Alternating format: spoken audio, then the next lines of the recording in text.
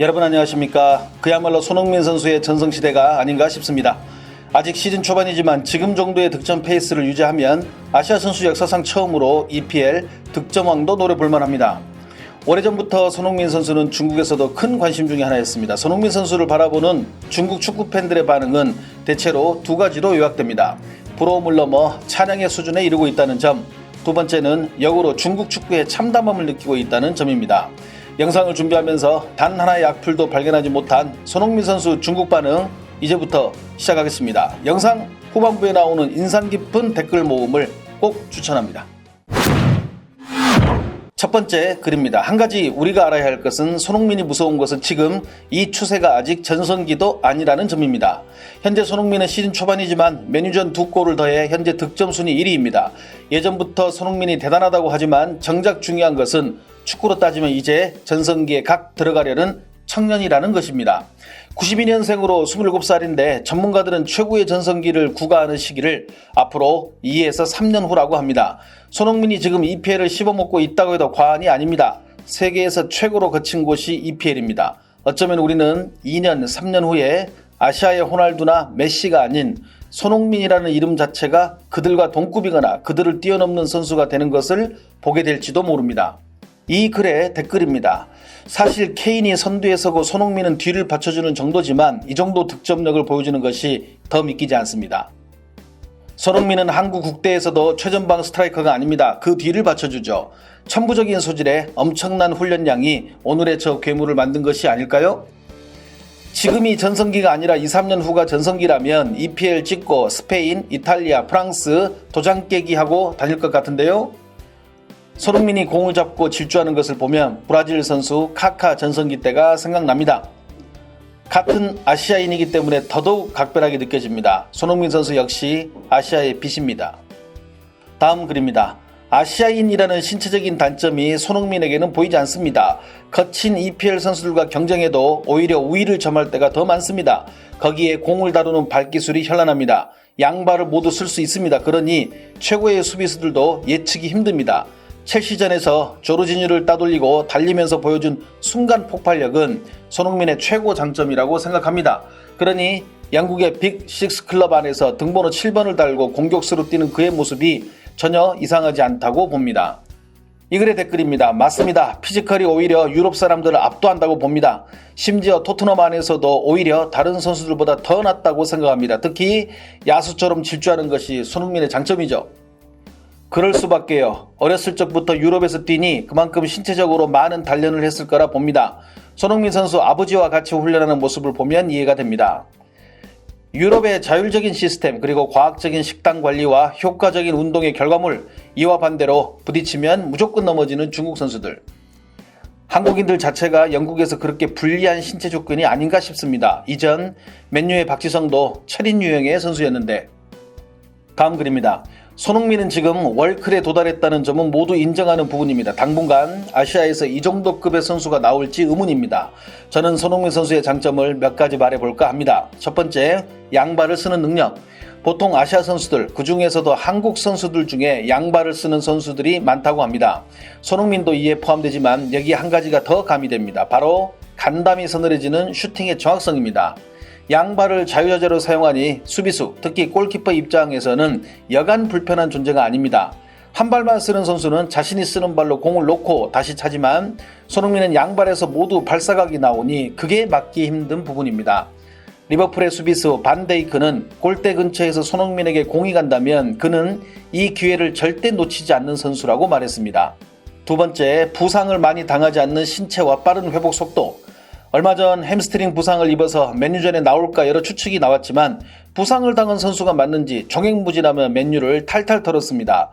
솔샤르는 실직 위기에 놓였고 맨유는 포체티노와 접촉한다는 말까지 나옵니다. 이번 맨유전은 손흥민의 신체 지구력과 회복력이 얼마나 대단한지 보여주는 대목입니다. 세 번째, 손흥민의 비장의 무기는 바로 시야. 시합 도중 손흥민의 공간 침투 능력이나 패스 성공률을 보면 이 선수의 넓은 시야와 예측 능력이 얼마나 대단한지 알 수 있습니다. 공격수에게 가장 중요한 것이 무엇입니까? 바로 이 부분입니다. 그리고 공이 있을 때와 없을 때의 달리는 속도가 비슷합니다. 이는 드리블 능력이 탁월함을 보여주는 것이며 손흥민에게 드리블은 단지 골을 넣기 위한 준비 과정 정도에 불과하다는 것입니다.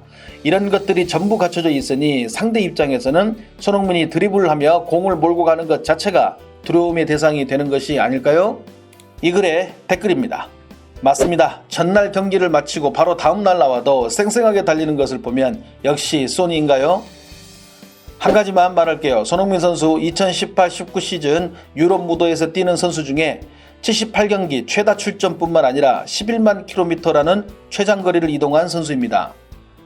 손흥민 EPL 경기당 평균 10.5km를 달리고 중국 선수들은 하프타임 때 담배를 핍니다. 전체 아시아에서 손흥민과 한자리에 놓고 말을 할 선수는 차범근밖에 없다고 봅니다. 하지만 중국 메시 우레이가 있어서 우리는 행복합니다. 그가 손흥민 절반만큼만 강했으면 더 행복했을지도 모릅니다. 손흥민의 또 다른 장점은 어린 시절 이미 아시아를 벗어나 유럽에서 뛰었다는 것입니다. 가장 기본적인 것이 있습니다. 손흥민은 한국 선수입니다. 다들 알다시피 한국 축구 선수들이 갖고 있는 경기장에서 죽을 듯이 뛰는 정신이 있으니 더 무섭습니다. 손흥민을 보면 양발을 자유자재로 사용했던 독일의 스트라이커 클로제가 생각납니다. 다음 글입니다. 한국 축구는 중국이랑 비교하면 유스와 청소년 시기에 체계적인 훈련 시스템이 좋습니다. 그러니 손흥민 이전, 차범근, 박지성 같은 선수들이 나오는 것입니다. 아마 현재 중국의 청소년 훈련 시스템으로 손흥민 같은 선수를 키운다는 것은 몇십만 분의 1의 확률일 것입니다. 많은 사람들의 14억 인구 중에 축구를 그렇게 잘하는 11명이 없느냐고 말하지만 이는 축구의 축자도 모르는 무지한 소리입니다. 중국 축구는 점점 스트라이커 부재에 시달릴 것입니다. 왜냐하면 외국의 유명한 선수들을 사오면 그만이니까요. 감독들도 시도 때도 없이 경질됩니다. 축구는 1, 2년 안에 단기적으로 완성되는 것이 아닌데 중국은 눈앞의 성과에만 급급하니 한국과 일본을 이길 수 없는 것입니다. 우리는 언제 손흥민 같은 선수를 가질 수 있을까요? 이 글의 댓글입니다. 결국 손흥민이 함부르크에서 청소년 시기를 거친 것이 장점이 되었군요. 솔직히 우레이도 골 결정력은 좋은데 축구머리는 손흥민보다 좀 떨어지는 듯 합니다. 그놈의 우레이 지겨운데 그만 좀 이리 갖다 붙이세요. 이 모든 것의 책임은 중국 축구협회입니다. 히딩크도 한국에서는 펄펄 나르는데 중국에 와서 1년 만에 그만뒀었죠? 뭔가 잘못 알고 계신 듯합니다. 중국의 축구선수로 등록된 사람 수가 전 세계 4위입니다. 그러니 손흥민 같은 선수가 없다는 것이 이상하다는 것입니다. 다음 글입니다. 중국 축구 현재 FIFA 랭킹이 76위입니다. 손흥민 같은 선수가 나오는 것이 비정상 아닌가요? 왜 쿠바에서는 세계 탁구 랭킹 1위 마롱 같은 중국 선수가 안 나오나요? 왜 카메룬에서는 배드민턴 남자 단식 챔피언 천진 같은 중국 선수가 안 나오나요? 왜 벨라루스에서는 NBA에 진출한 중국인 선수 리젠넨 같은 선수가 안 나오나요? 무슨 뜻인지를 알겠습니까? 중국 축구는 기본이 다르다는 것입니다. 이 글의 댓글입니다. 무슨 뜻인지를 모르겠습니다. 아니 축구 쪽에 손흥민이랑 탁구 쪽에 마롱이랑 무슨 상관이죠? 중국에도 손흥민급 탁구 선수는 없습니다. 무슨 이런 비유를 하나요? 탁구를 즐기는 수와 축구를 보는 수치가 같을까요? 그 파급력도 다르고 지명도도 완전히 다릅니다. 마롱 선수를 중국 빼고 아는 나라가 얼마나 있나요? 말 같은 말을 하세요. 솔직히 NBA 농구는 미국 자체 문화지 축구는 전 세계인이 즐기는 문화이고 저렇게 말하면 한국 사람들이 중국에는 왜 김연아급 선수가 없나요? 이거와 뭐가 다를까? 중국 빼고 어느 나라에서 시간과 돈을 쓰면서 탁구를 연습할까요? 다음 글입니다. 내가 본 축구 경기 중 가장 멋진 골, 벌리전. 이건 아무도 부정 못합니다. 100번 이상을 이 장면을 봤습니다. 정확히 10단계를 거치는데 전진과 가속, 방향 전환을 2번씩 진행하고 마지막 감속 후 골대에 쏴버립니다. 용이 물 위에서 흐르듯 지나가면서 유유히 골을 넣는다는 느낌. 10.5초의 속도로 79.9m를 달리고 7명의 수비수를 농락시켰습니다. 무리뉴가 웃는 모습을 보니 저도 웃음이 나오더군요. 이거 관우가 5개의 관문을 넘어가며 6명의 장군의 목을 벤 것과 다를 바가 없는 것 아닌가요? 아시아에서 이런 선수를 또 다시 볼 수 있을까요? 이 글의 댓글입니다. 눈으로 보고 있어도 믿기지 않는 광경 진짜 지린다는 표현이 딱 맞습니다. 케인과 있어도 전혀 밀리지 않는 포스가 보입니다. 진정한 월클입니다. 이거 같은 아시아인으로서 아시아의 빛 손흥민에게 즉위식을 거행하는 것이 맞다고 봅니다. 저 장면을 중국 리그에서 시전했다면 10m도 못 가서 반칙으로 넘어질 듯. 부탁인데 중국으로 오지 마세요. 다치면 그건 아시아의 손해입니다. 부디 EPL에 있기를. 나만 이 장면을 보고 우레이가 갑자기 생각났나요? 진짜 아시아의 왕이란 타이틀에 이견이 없을 겁니다. 손흥민과 같은 시대에 있다는 것이 다행입니다. 나는 손흥민이 골을 넣을 때마다 웃는 것을 보면 저도 덩달아 웃음이 나옵니다. 나만 그런가요? 궁금한 게 있는데 손흥민이 만약 중국 국대라면 중국을 월드컵에 보내줄 수 있을까요? 영국의 전설적인 축구선수 게리 리네카가 이 골을 보고 말했다. 당신은 지금 인생골을 보고 있다고. 다음 글입니다. 손흥민은 인성이 좋음. 지난번 아시안컵에서 중국팀에 대해 물으니 다음과 같이 대답함. 우리 팀의 상대는 중국팀 자체가 아닙니다. 그냥 매 경기에 최선을 다해야 합니다. 중국팀은 항상 힘들었으며 아시아의 강호 중의 한 팀입니다. 그리고 2대0으로 중국팀을 압살함. 다음 글입니다. 메뉴전이 끝나고 무리뉴는 인터뷰에서 이렇게 말했습니다. 제가 속이려고 한 것이 아니라 손흥민 선수가 정말 괜찮다고 해서 경기에 나간 것입니다. 이를 통해 알 수 있는 점은 손흥민은 토트넘에서 자기가 나가고 싶으면 그냥 나가는 선수라는 것이다. 그 밖에 수많은 글들 중 인상 깊은 몇 가지 글들을 모아봤습니다. 대부분 중국 축구 팬들이 갖고 싶어하는 선수. 한국 축구 선수 중에 유일하게 악플이 없는 월클 선수. 한국 선수 중에 드물게 중국어 별명을 2가지 이상 갖고 있는 선수. 야조즈왕, 아시아의 왕, 야조즈광, 아시아의 빛, 그리고 야조이거, 아시아의 큰형. 많은 중국 축구 팬들이 중국인이었으면 하는 한국 선수. 같은 아시아 사람을 자부심 들게 만드는 선수. 내 인생에 처음으로 벽에 한국 선수 브로마이드를 붙이게 만든 선수.